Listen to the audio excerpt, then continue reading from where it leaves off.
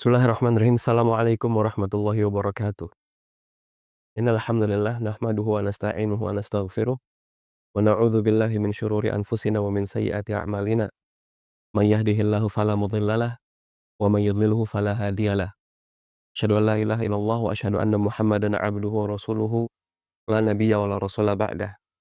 Ya ayyuhalladzina amanu taqullaha haqqa tuqatih wa la tamutunna illa wa antum muslimun.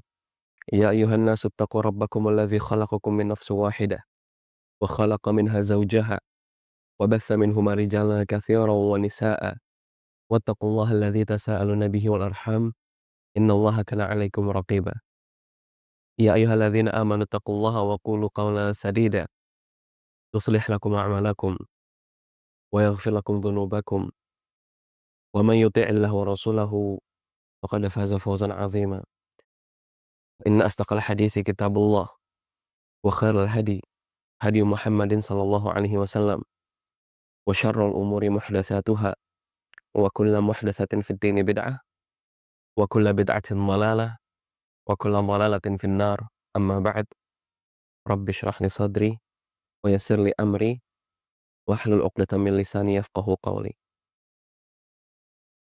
Ikhwati a'azani Allah wa iyyakum. Di kesempatan kajian kali ini yang semoga Allah berkahi, kita akan bersama-sama belajar tentang pentingnya pendidikan sunnah di dalam keluarga. Tentu sebagai orang tua, wajib bagi kita untuk memberikan pendidikan yang terbaik kepada anak-anak kita. Anak-anak yang telah Allah titipkan kepada kita. Dan sekolah ya mungkin adalah salah satu cara kita melakukan pendidikan terhadap anak-anak kita. Tapi tentu hanya dengan memasukkan anak-anak kita ke sekolah bukan lantas kewajiban kita sebagai orang tua selesai dalam melakukan pendidikan terhadap anak-anak tersebut. Ya tidak lantas kewajiban kita gugur atau sudah selesai. Sudah gugur kewajiban, bukan. Tapi kita justru harus mengimbangi ya. Kita didik anak-anak kita di dalam rumah dan juga kita masukkan mereka ke lembaga-lembaga pendidikan untuk juga dididik dan kita bersinergi dengan sekolah. Ya banyak tentu yang kita harapkan dari anak kita ya, dari pendidikan anak kita mulai dari pengetahuan agamanya, mulai dari akhlaknya, hafalan Al-Quran, atau mungkin pengetahuan-pengetahuan duniawi. Tentu itu adalah hal-hal yang kita harapkan bagi anak kita. Tapi yang paling penting sebetulnya, yang seharusnya kita jadikan sebagai prioritas di dalam mendidik anak-anak kita, itu adalah pendidikan terhadap sunnah. Ya baik itu terhadap anak ataupun sebetulnya ke kaum muslimin secara umum ya. Pendidikan tentang sunnah kepada anak kita, kepada mungkin saudara-saudara, kepada karib kerabat, atau kepada teman-teman terdekat kita. Kita akan mulai kajian kita dengan pertama, mengurai dan mendefinisikan apa itu yang dimaksud dengan sunnah. Khususnya sunnah di sini, yang Anda maksudkan di sini adalah sunnah dalam perspektif ilmu akidah.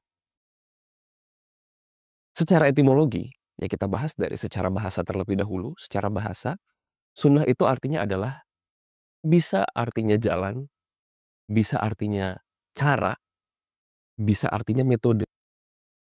Dan ini senada dengan apa yang disabdakan oleh Rasul Shallallahu Alaihi Wasallam. Man sanna fil Islami sunnatan hasanatan falahu ajruha wa ajru man amila biha. Wa man sanna sunnatan sayyi'ah fa alaihi wizruha wa wizru man amila biha. Rawahu Muslim. Yang artinya barang siapa yang dia menetapkan sebuah sunnah, yang melakukan sebuah sunnah, sebuah contoh yang baik, ya sunnah yang baik, sunnah hasanah.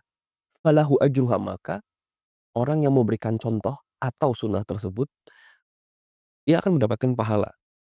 Wa ajru man amila biha, dan dia juga akan mendapatkan pahala orang yang mengikuti contoh dia.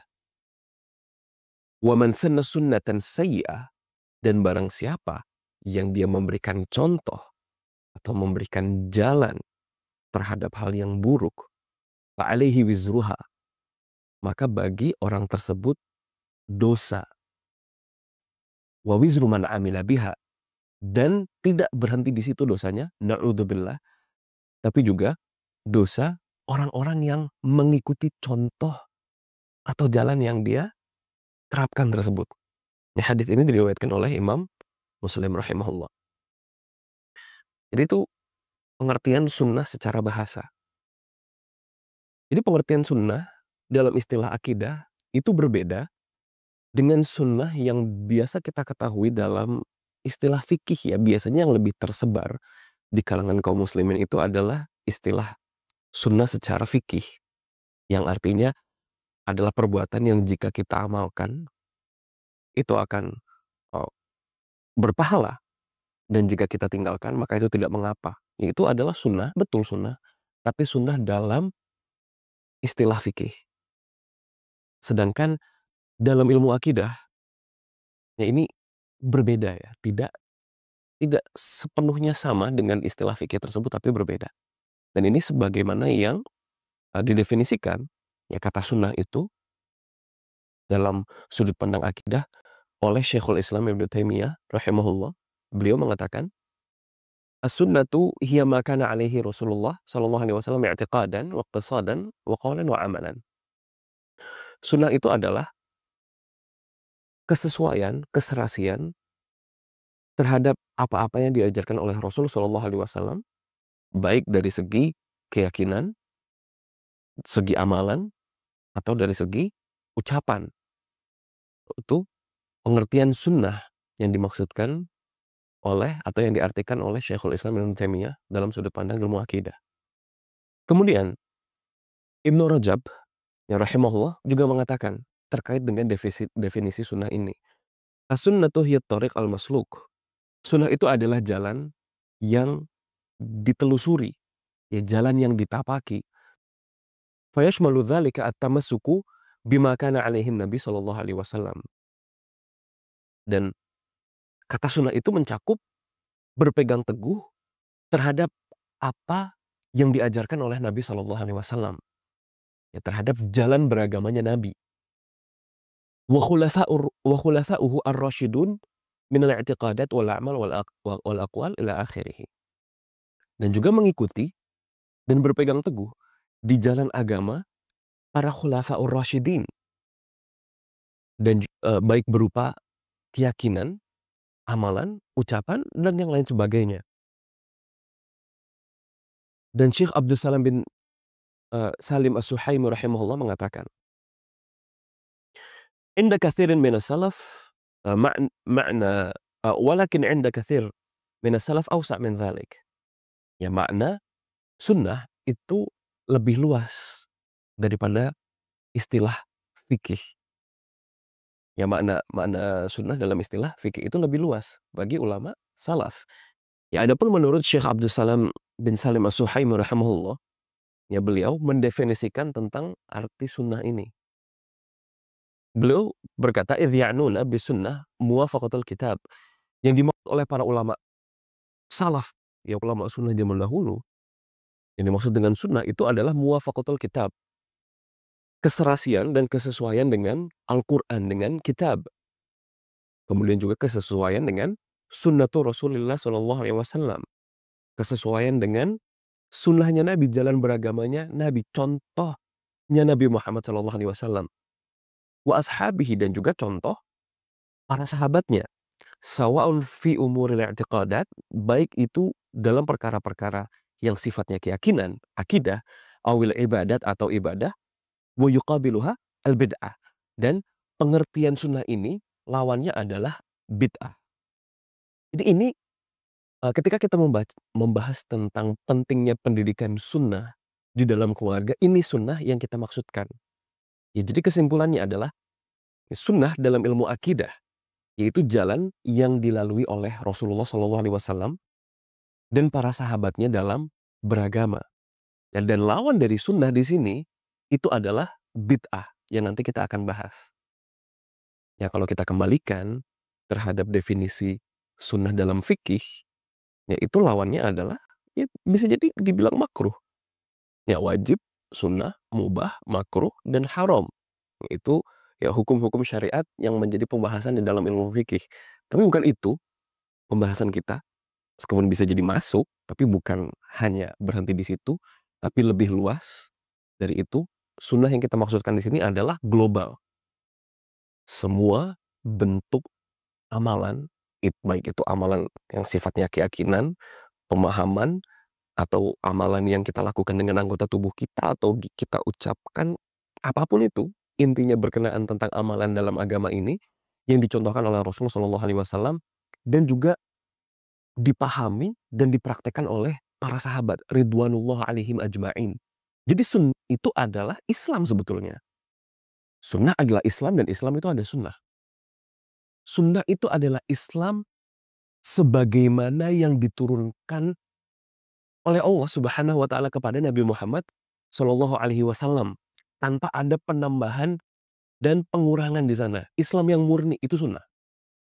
Dan ini begitu penting ya. Ini begitu penting untuk kita pelajari dan kita didik anak-anak kita pada hal tersebut. Kemudian tadi sempat kita bahas juga di dalam pengertian sunnah terkait para sahabat.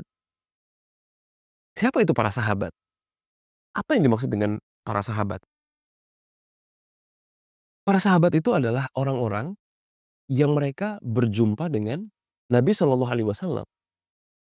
Mereka juga beriman kepada Nabi dan mereka wafat dalam keadaan beriman.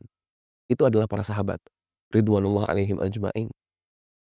Yang terkenal tentu yang sering kita dengar adalah seperti Abu Bakar As-Siddiq radhiyallahu anhu, Umar bin Khattab radhiyallahu anhu, Utsman bin Affan, Ali bin Abi Thalib, Khulafaur Rasyidun. Itu semua mereka adalah sahabat. Ya, kemudian Abu Ubaidah bin Al-Jarrah, kemudian Sa'ad bin Abi Waqqas, Abdurrahman bin Auf, dan masih banyak lagi, ya Bilal bin Rabah. Mereka adalah orang-orang yang bertemu dengan Rasul, beriman dan wafat di atas hal tersebut. Artinya, orang yang mereka bertemu Rasul tapi tidak beriman, mereka bukan sahabat. Atau mereka bertemu Rasul, mereka beriman, kemudian mereka murtad.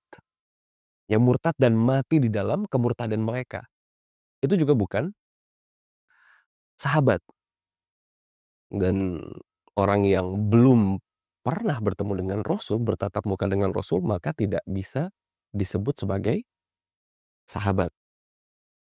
Ya mereka ini adalah murid-murid Rasulullah Shallallahu Alaihi Wasallam, para sahabat. Mereka adalah orang-orang yang menerima agama ini langsung dari sumbernya, dari Nabi Muhammad Shallallahu Alaihi Wasallam. Mereka adalah orang-orang yang ketika berbuat salah, itu yang menegur adalah Rasul langsung. Dan mereka juga adalah orang-orang yang ketika mereka tidak mengerti terhadap suatu perkara agama, mereka bisa mendatangi Rasul secara langsung. Ya mereka adalah orang-orang yang memiliki privilege besar tentunya. Dan dari sini kita bisa ambil kesimpulan tentu mereka adalah orang-orang yang pemahamannya terhadap agama Islam itu sangatlah baik. Sangatlah dalam, baik, dan murni. Karena tentu juga kita yakini bahwasanya guru terbaik adalah Rasulullah Shallallahu Alaihi Wasallam. Guru terbaik menghasilkan murid-murid yang terbaik juga, dan itu ya hal yang ya bisa kita pahami dengan baik. Ya mereka adalah kaum yang ketika ada kekeliruan di antara mereka, tentu mereka berbuat kekeliruan karena mereka tidak maksum, mereka manusia biasa. Ya Nabilah yang akan langsung menegur mereka, dan Rasul Shallallahu Alaihi Wasallam tidaklah beliau melihat ada kekeliruan di hadapan beliau kecuali beliau tegur. Ya beliau tidak menyimpan ilmu. Ya beliau tidak berpaling dari pengingkaran terhadap keburukan. Mereka adalah kaum yang paling dekat dengan Rasulullah Shallallahu Alaihi Wasallam, dan di antara hal penting, mereka adalah kaum yang Allah pilih untuk menjadi pelindung Nabi terakhir Shallallahu Alaihi Wasallam. terkait dengan, keutamaan mereka, ya banyak sekali sebetulnya, banyak sekali disebutkan dalil-dalil baik dari Al-Qur'an maupun Sunnah, yang beberapa akan kita bahas dalam kajian ini, beberapa yang tidak mungkin akan sulit ya bagi kita kalau kita masukkan semua karena banyak sekali dalil-dalil yang, menyatakan tentang keutamaan mereka. Ya di antaranya adalah salah satu hadis Nabi SAW dari Abu Sa'id Al-Khudri radhiyallahu anhu, dari Nabi SAW. Nabi SAW bersabda, "Ya'ti zamanun yaghzu fi'amun minan nas." Akan datang suatu zaman kata Rasul, yang sekelompok kaum itu mereka akan yaghzu, mereka akan berperang. Fayuqalu fikum man sahiban Nabi SAW. Kemudian dikatakan kepada mereka, apakah ada di antara kalian yang dulu pernah menemani Nabi SAW? Apakah ada di antara kalian para sahabat? Fayuqalu na'am. Kemudian ya mereka akan menjawab, iya ada, ada. Ada di antara kami orang yang menemani Rasul, yang menjadi sahabat Rasul SAW. Fayuftahu alaih. Kemudian Rasul jelaskan, maka dibuka bagi mereka. Yang dibuka di sini banyak penjelasan dari para ulama. Di antaranya penjelasannya itu adalah dibukakan, dihamparkan bumi ini bagi mereka. Ya dibukakan kemenangan demi kemenangan dalam pertempuran-pertempuran mereka. Ya dibantu mereka di dalam pertempuran mereka oleh Allah Subhanahu wa taala. Fayuftahu alaih, maka dibuka bagi mereka. Tsumma ya'ti zaman, kemudian datang lagi zaman yang setelahnya. Fayuqalu fikum man sahiba ashaban Nabi sallallahu alaihi wasallam. Kemudian ditanyakan, apakah ada di antara kalian yang menjadi murid sahabat-sahabatnya Nabi? Ya, yang bertemu dengan sahabat-sahabat Nabi yang menemani mereka. Jadi bukan sahabat Nabi tapi orang-orang yang ketemu sahabat Nabi. Fayuqalu na'am. Ya, kemudian dikatakan, iya ada. Fayuftah. Kemudian dibukakan juga hal yang sama kepada mereka. Tsumma ya'ti zamanun fayuqal. Kemudian datang lagi zaman setelah mereka, fikum man sahiba ashabin Nabi sallallahu alaihi wasallam. Apakah di antara kalian ada orang-orang yang berjumpa dengan orang-orang yang berjumpa dengan sahabat Nabi sallallahu alaihi wasallam? Generasi yang setelahnya berarti. Fayuqalu na'am, fayuftah. Kemudian dikatakan, iya, ada. Maka dibukakanlah bagi mereka. Ya ini menunjukkan semakin dekat generasi manusia dengan zaman Rasul Shallallahu Alaihi Wasallam, maka semakin baiklah mereka. Hal ini juga senada dengan apa yang disabdakan oleh Rasul Shallallahu Alaihi Wasallam. Khairul quruni qarni, tsumma alladzina yalunahum, tsumma alladzina yalunahum. Generasi terbaik umat ini adalah generasiku, ya orang-orang yang hidup sezaman denganku, para sahabat. Kemudian setelah mereka, kemudian umat setelah mereka. Ya, karena semakin dekat manusia itu dengan zaman Nabi Muhammad SAW hidup, ya semakin murni pemahaman mereka terhadap Islam. Semakin sedikit kontaminasinya dengan hal-hal yang baru dalam agama. Hal-hal yang tidak pernah ada sebelumnya. Ya, semakin sedikit penambahan-penambahan atau bahkan pengurangan-pengurangan dalam agama. Dan sebaliknya juga berlaku. Semakin jauh seseorang generasinya ya, zamannya hidup dari zaman hidupnya Nabi SAW, maka makin banyak percabangan, kebid'ahan-kebid'ahan, kesesatan-kesesatan, hal-hal baru di dalam agama yang tidak pernah ada sebelumnya di zaman Rasulullah SAW. Dan ini segelintir hadis dari banyak sekali tentang keutamaan para sahabat. Kemudian Abdullah bin Mas'ud radhiyallahu anhu, salah seorang sahabat yang terkenal akan kedalaman ilmunya, ya beliau berkata, "Man kana mustannan falyastanna biman qad mat." Barang siapa yang hendak meniti jalan seseorang, maka hendaknya ia meniti jalan orang yang sudah wafat. Ulaika ashabu Muhammadin sallallahu alaihi wasallam, dan mereka itu yang dimaksud dengan orang-orang yang sudah wafat, mereka itu adalah para sahabat Nabi sallallahu alaihi wasallam. Kanu khairu hadhil ummah. Mereka ini adalah umat terbaik, ya generasi terbaik umat Islam. Wa abarraha quluban, mereka adalah kaum yang paling luhur hatinya, paling baik. Bagaimana tidak? Mereka berjuang, mengorbankan apapun demi berlangsungnya dakwah Islam, demi berlangsungnya dakwah tauhid, demi berlangsungnya dakwah sunnah kemurnian Islam. Wa a'maquha ilman, mereka adalah kaum yang paling dalam ilmunya. Wa aqalluha takallufan, mereka adalah kaum yang paling sedikit kerumitannya dalam agama. Ya karena fa inna dina yusrun. Allah sudah jadikan agama ini agama yang mudah. Justru dengan kita melakukan hal-hal yang baru, mengada-adakan sesuatu yang sebelumnya tidak pernah ada, itu kita menjadikan agama yang sudah mudah ini menjadi lebih rumit. Ya para sahabat itu adalah mereka yang dalam beragama itu paling paling sederhana. Ya, tidak ada kerumitan karena mereka murni mengamalkan hanya mengamalkan apa yang diajarkan oleh Rasul dan tidak pernah melakukan penambahan-penambahan yang tidak pernah ada sebelumnya. Qaumun ikhtarahumullahu li suhbati nabiyhi sallallahu alaihi wasallam. Mereka adalah kaum yang dipilih oleh Allah untuk menjaga nabinya sallallahu alaihi wasallam. Wa naqli dinihi, mereka adalah kaum yang dipilih untuk meneruskan estafet dakwah Nabi. Tatashabbahu bi akhlaqihim wa tara'iqihim. Maka ikutilah, maka contohlah akhlak-akhlak mereka dan lifestyle mereka.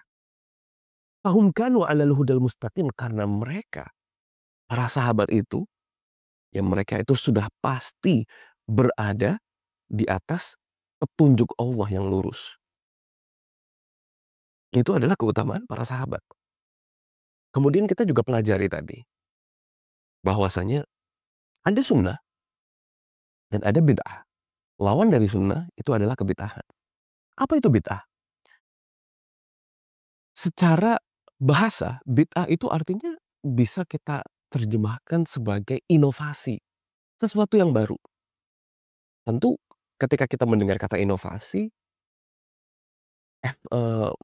inovasi itu bagi kita ya, yang terlintas di kepala kita, itu adalah hal yang positif, hal yang baik, kita berinovasi. Ini orang yang inovatif, ini adalah lembaga yang inovatif misalnya. Inovatif hal yang positif ya. Tapi itu adalah inovasi di dalam urusan dunia. Ya tentu tanpa adanya, eee, inovasi, kita tidak akan memiliki kemudahan teknologi sebagaimana yang kita miliki di zaman sekarang. Ya tanpa ada inovasi dunia, tidak ada kemudahan-kemudahan itu. Itu wasilah ya, inovasi. Tapi ternyata di dalam agama, inovasi tidak sepositif itu. Inovasi di dalam agama itu justru adalah keburukan. Karena berbeda dengan ilmu-ilmu duniawi, ya ilmu agama itu kita harus mengikut. Ya mengikut dan mengekor, bukan menginovasi, bukan mengada-adakan, bukan menambah sesuatu. Ya karena ilmu agama adalah ilmu yang sudah Allah sempurnakan. Allah Subhanahu wa taala berfirman, "Al-yauma akmaltu lakum dinakum wa atmamtu 'alaikum ni'mati wa raditu lakumul Islam madina." Hari ini kata Allah, aku sudah sempurnakan akmaltu lakum dinakum, aku sudah sempurnakan agama kalian. Wa atmamtu 'alaikum ni'mati, dan aku sempurnakan juga kenikmatanku atas kalian. Wa raditu lakumul Islam madina, dan aku ridha Islam itu adalah Islam sebagai agama kalian. Sesuatu yang sempurna itu tidak perlu ditambah dan dikurangi. Dan ini tentu kalau kita bandingkan kembali dengan ilmu dunia, ya pengetahuan manusia terhadap ilmu dunia itu tidak sempurna. Dan mungkin bisa jadi kesempurnaan itu hal yang tidak bisa kita dapatkan dalam ilmu dunia, bisa jadi, wallahu a'lam. Tapi intinya, ya karena ilmu dunia itu belum sempurna, ya kita tambah, kita inovasi. Tapi ilmu agama, Allah sudah deklarasikan kesempurnaannya. Allah sudah deklarasikan bahwasanya agama itu sudah jadi. Tidak perlu lagi kita lakukan update terhadap agama. Sudah baku, sudah seperti itu. Ya sholat 5 kali dalam sehari, beserta dengan sunnah-sunnahnya tidak perlu ditambah dengan gerakan-gerakan yang tidak perlu misalnya. Tidak perlu ditambah-tambah syarat-syarat yang tidak pernah Allah turunkan dan diajarkan juga oleh Rasulullah Shallallahu Alaihi Wasallam, dan begitu juga dengan amalan-amalan dalam agama yang lainnya. Intinya, inovasi dalam agama itu adalah hal yang negatif. Ya bahkan inovasi dalam agama itu bisa jadi kesesatan. Ya memperbarui ajaran agama tentu itu dengan apa yang tidak pernah diajarkan Nabi, itu adalah sikap yang disrespectful, ya, tidak menghormati apa yang diajarkan Nabi. Seolah Nabi belum menjelaskan semuanya, sampai harus kita tambah-tambahkan. Dan bid'ah atau inovasi dalam perkara agama itu tercela ya. Dan hal tersebut dapat mengikis esensi dari diutusnya Nabi Shallallahu Alaihi Wasallam sebagai orang yang menjelaskan tentang wahyu. Ya kalau kita beriman, kalau kita memang benar mencintai Nabi Shallallahu Alaihi Wasallam, maka kita hanya akan mencintai beliau dengan cara-cara yang sudah beliau jelaskan. Ya, dengan cara-cara yang sudah diamalkan oleh para sahabat. Karena tentu jika kita bicara mencintai Nabi, tidak ada manusia di bumi ini yang bisa mengalahkan kecintaan para sahabat terhadap Nabi Muhammad SAW. Ya, perjuangan mereka melindungi Nabi, perjuangan mereka, kemudian pengorbanan mereka terhadap hal-hal yang besar, nyawa mereka sendiri bahkan mereka korbankan. Tentu itu hal yang besar, dan yang kita lakukan sekarang, kaum muslimin yang hidup di pertengahan abad ke-15 Hijriah yang jauh sekali dari zaman Rasul, tentu yang patut kita lakukan adalah meniru para sahabat. Bagaimana cara yang tepat untuk mencintai Nabi Muhammad SAW. Bukan dengan cara yang kita ada-adakan sendiri.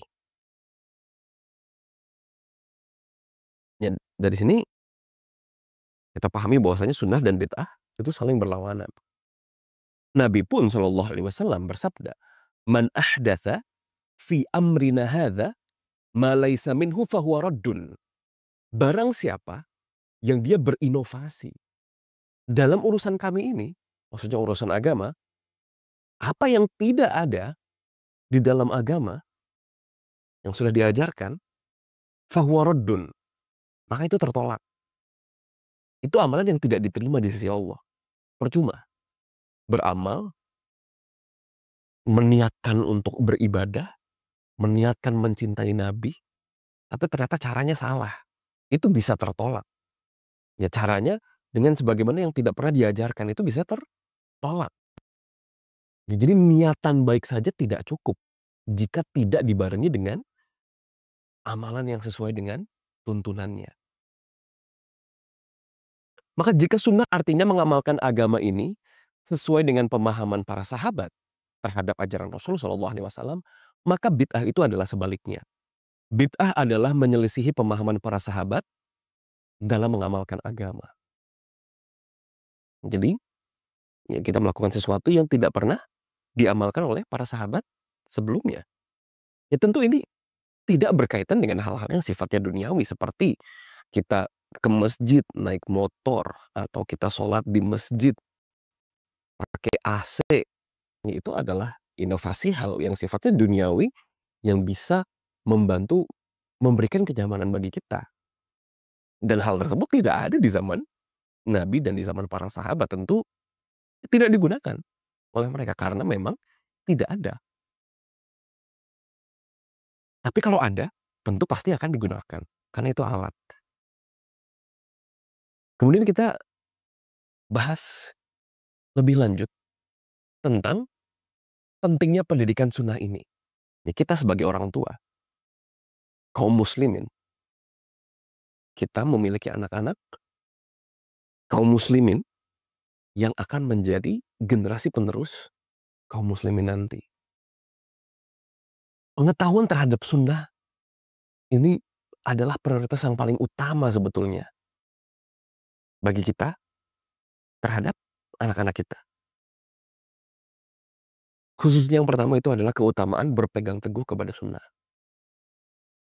Berpegang teguh kepada sunnah itu merupakan perintah Rasul Shallallahu Alaihi Wasallam sebagaimana yang beliau sabdakan dalam Haji Wada, fa innahu man ya'ish minkum fasayara ikhtilafan katsira. Sesungguhnya barang siapa di antara kalian yang hidup setelah ini, maka ia akan menyaksikan banyak sekali ikhtilaf, banyak sekali perbedaan dalam agama. Banyak kelompok-kelompok Islam, banyak sekte-sekte. Fa'alaikum bisunnati wa sunnatil khulafa'ir rasyidinil mahdiyyin min ba'di. Maka atas kalian, wahai kaum muslimin, yang hidup sepeninggalku, ya solusinya yang diberikan oleh Rasul atas kalian, bisunnati wa sunnatil khulafa, maka atas kalian untuk berpegang teguh di atas sunnahku dan sunnah para khulafa'ur rasyidin yang al-mahdiyyin, yang mereka itu diberikan petunjuk min ba'di sepeninggalku. Addu 'alaiha bin nawajib. Gigitlah sunnah itu dengan gigi geraham kalian. Dari hadis ini, banyak sebetulnya yang bisa kita ambil sebagai pelajaran. Contoh, Rasul sudah memperingatkan para sahabat tentang kebid'ahan. Padahal jika kita bayangkan ya, dari sudut pandang sahabat, ya tentu aman jika kita bayangkan bahwasanya mungkin sebagian sahabat itu tidak terbayang bagaimana praktek bid'ah itu realnya. Memang tidak ada. Di zaman para sahabat, tidak ada. Para sahabat mengamalkan agama sebagaimana diajarkan oleh Rasul. Jika ada kekeliruan ditegur oleh Rasul, itu saja. Islam yang murni. Tapi dari zaman itu pun sudah disampaikan oleh Rasul. Dari zaman sebelum adanya kebid'ahan, sudah disampaikan tentang bahayanya kebid'ahan itu, menunjukkan betapa gentingnya permasalahan ini sebetulnya. Kemudian Rasul juga sudah berikan wanti-wanti, ya warning, bahwasanya akan ada perpecahan yang banyak sebelum perpecahan itu terjadi. Dan itu sudah memberikan solusinya. Akan masalah itu ada. Ya, berpegang teguh solusinya dengan sunnah. Bukan dengan berpegang teguh dengan akal kita sendiri. Atau berpegang teguh dengan tokoh-tokoh tertentu yang baru ada belakangan. Tapi dengan sunnahnya Rasul dan sunnah khulafa'ur rasyidin yang datang setelah Rasul. Tentu ini adalah penjelasan yang sangat gamblang, yang sangat jelas ya. Ini bagian dari mukjizat Rasul Shallallahu Alaihi Wasallam, diberikan jawami'ul kalim. Ini ucapannya sedikit tapi besar sekali, banyak sekali manfaat yang bisa kita dapatkan. Kemudian juga Rasul jelaskan di sini dengan begitu vivid, dengan begitu terang benderang, bahwasanya bentuk kita menjaga berpegang teguh di atas sunnah ini bahkan seperti orang yang menggigit dengan gigi geraham. Bukan dengan tangan. Dengan gigi geraham itu menunjukkan betapa mati-matian ya. Mati-matian bisa jadi ya, gambarannya adalah orang tersebut tidak lagi bisa menggunakan tangannya untuk berpegang teguh, hanya bisa menggunakan gigi, pakai giginya. Giginya pun spesifik Rasul sebutkan, bukan gigi seri, bukan gigi taring, tapi gigi geraham.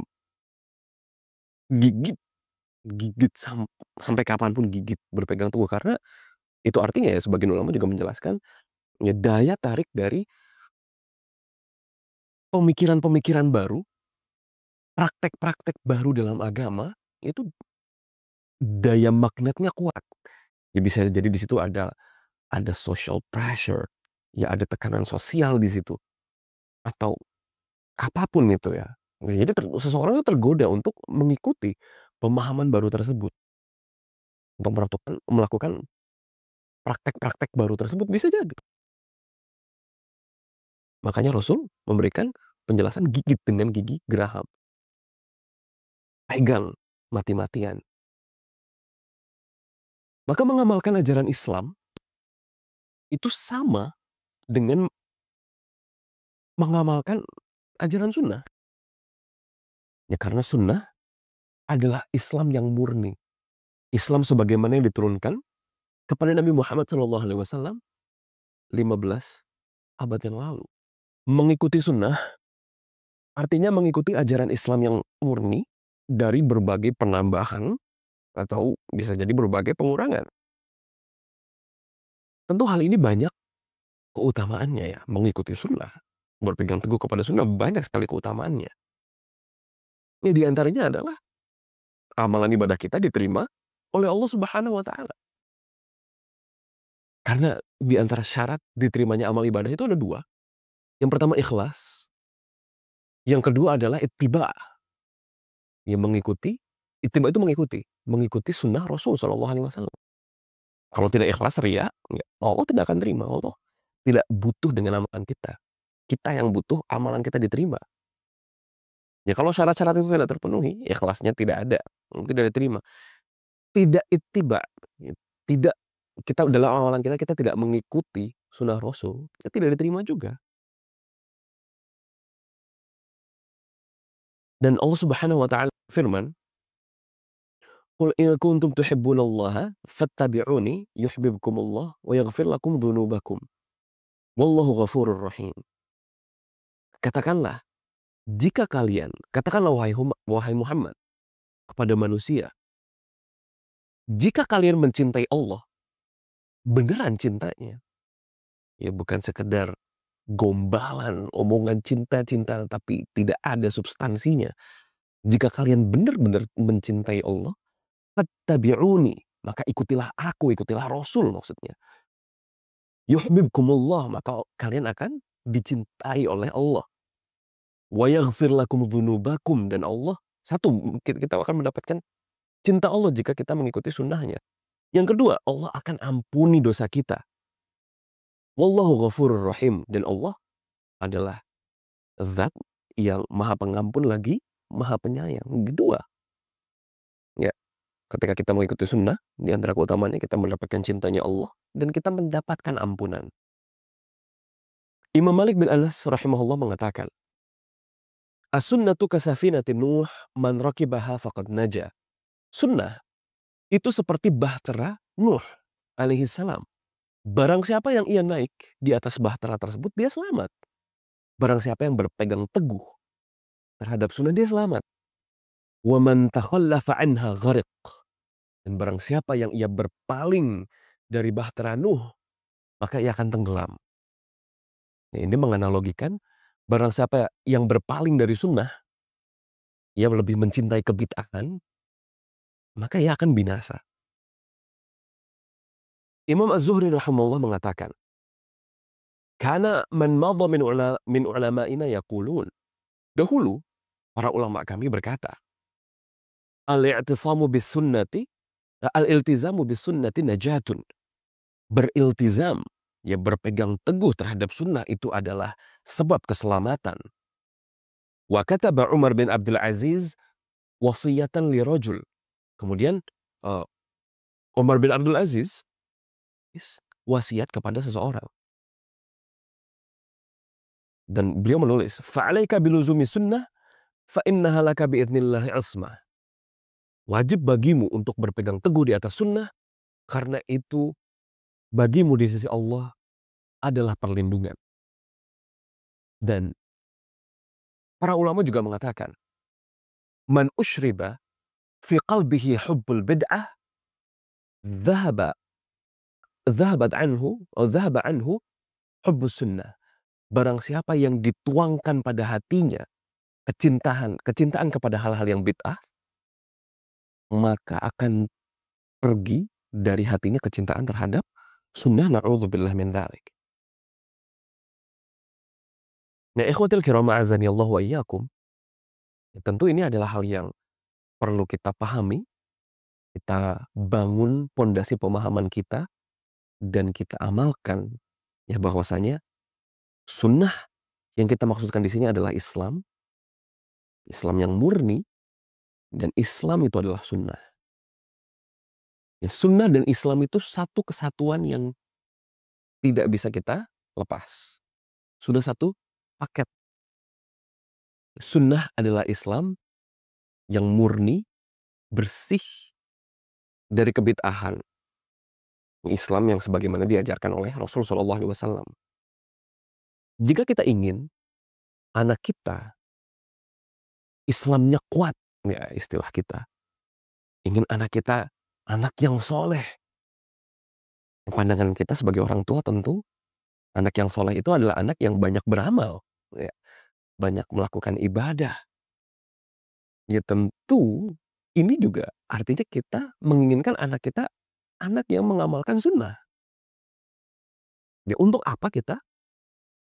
Na'udzubillah punya anak yang banyak amalannya, tapi amalannya itu tidak sesuai dengan tuntunan Rasul Shallallahu Alaihi Wasallam. Ma'adzallah. Bisa jadi kelihatannya soleh, kelihatannya alim, masya Allah. Ya, tapi tentu ya kita inginkan bukan kelihatannya, tapi substansinya.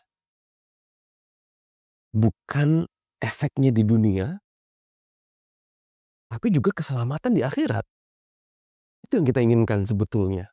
Itu hakikatnya. Jika kita ingin mendidik anak kita dengan agama Islam, maka artinya kita mendidik mereka dengan sunnah.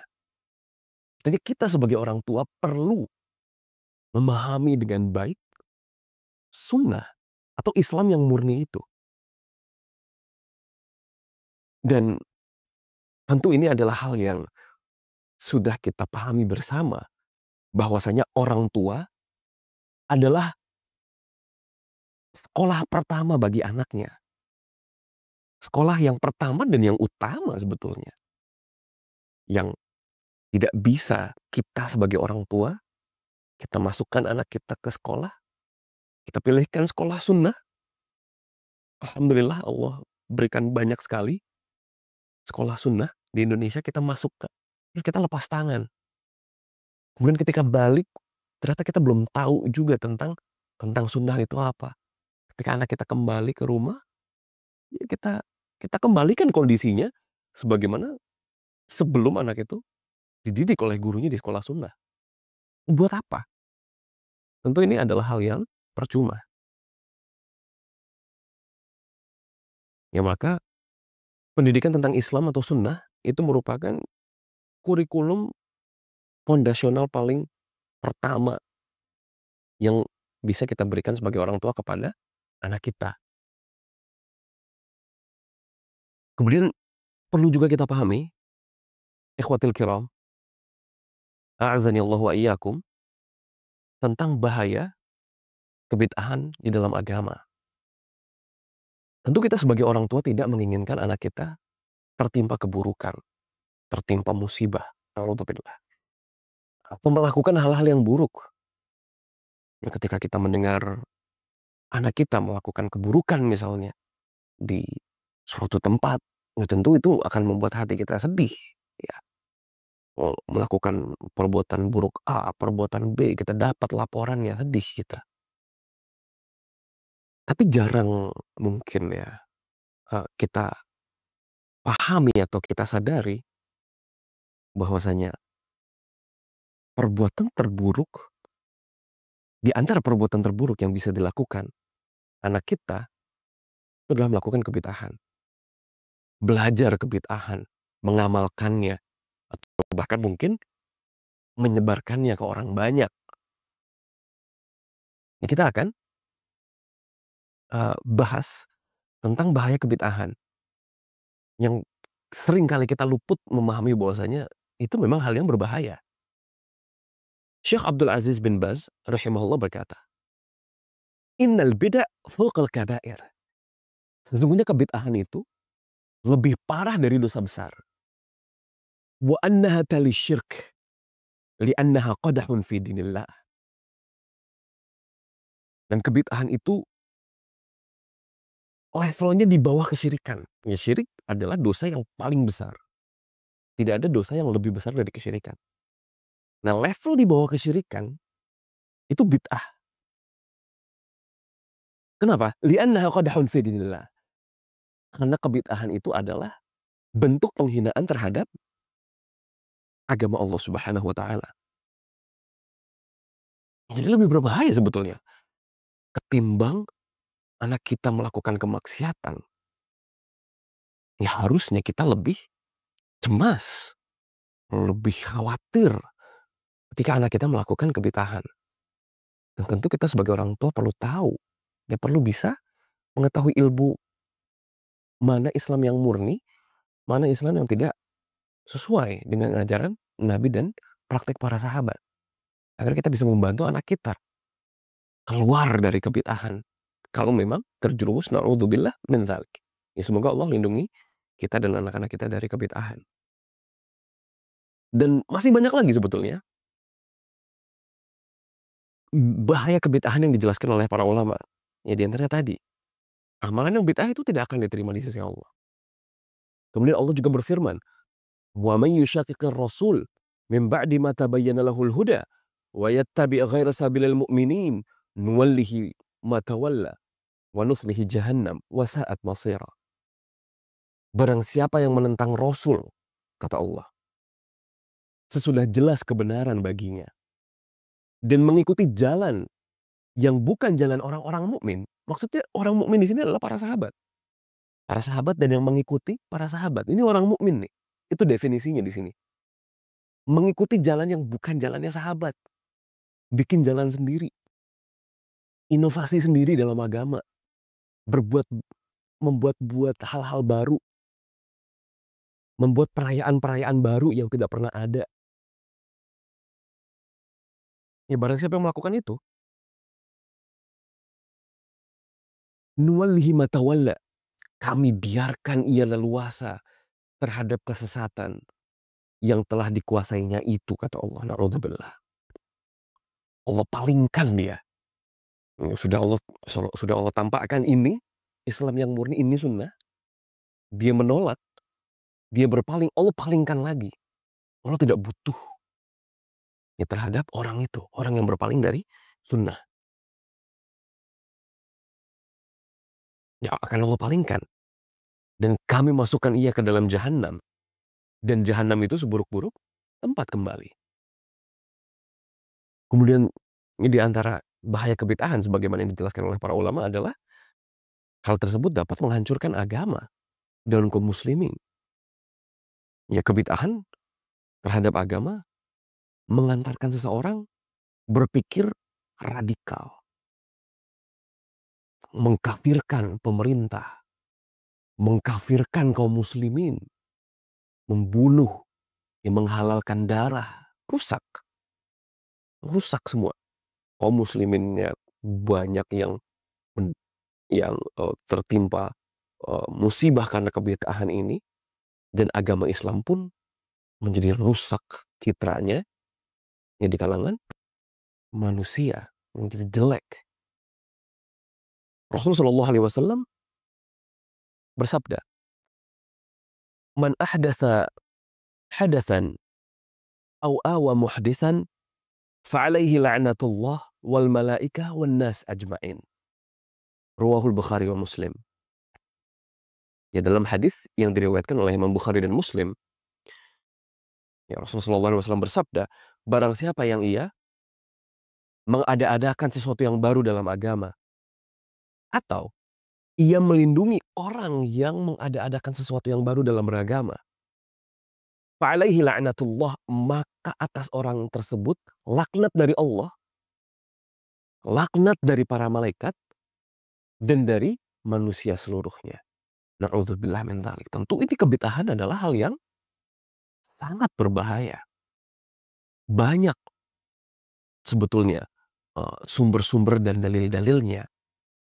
Ya tapi ya tentu karena keterbatasan kita, jarang kita mendengarkan hal tersebut. Ya sehingga mindset yang terbentuk ya secara umum di kalangan kaum muslimin itu adalah kemaksiatan yang lebih berbahaya daripada kebid'ahan. Padahal Sebaliknya, perlu sebaliknya.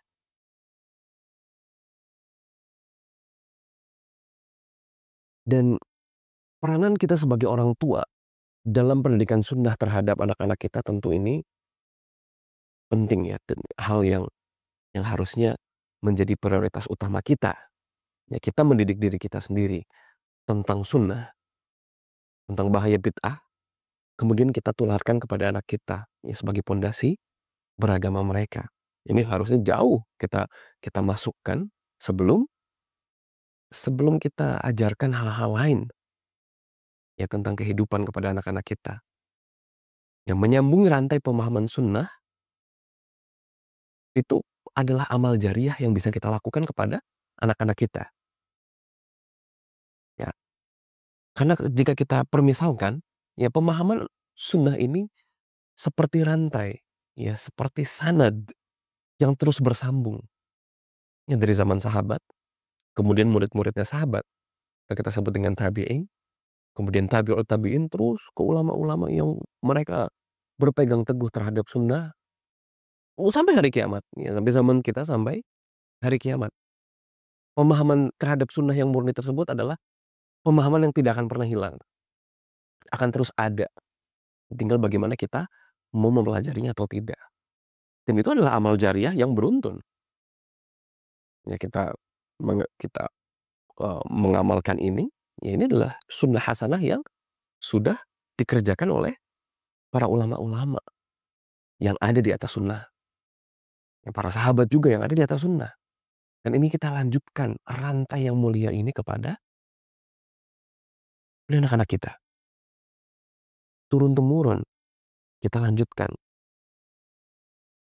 Ya, upaya pendidikan Islami pada anak adalah upaya terhadap rantai pemahaman tersebut. Ya, kita ajarkan kepada anak-anak kita tentang rantai pemahaman ini.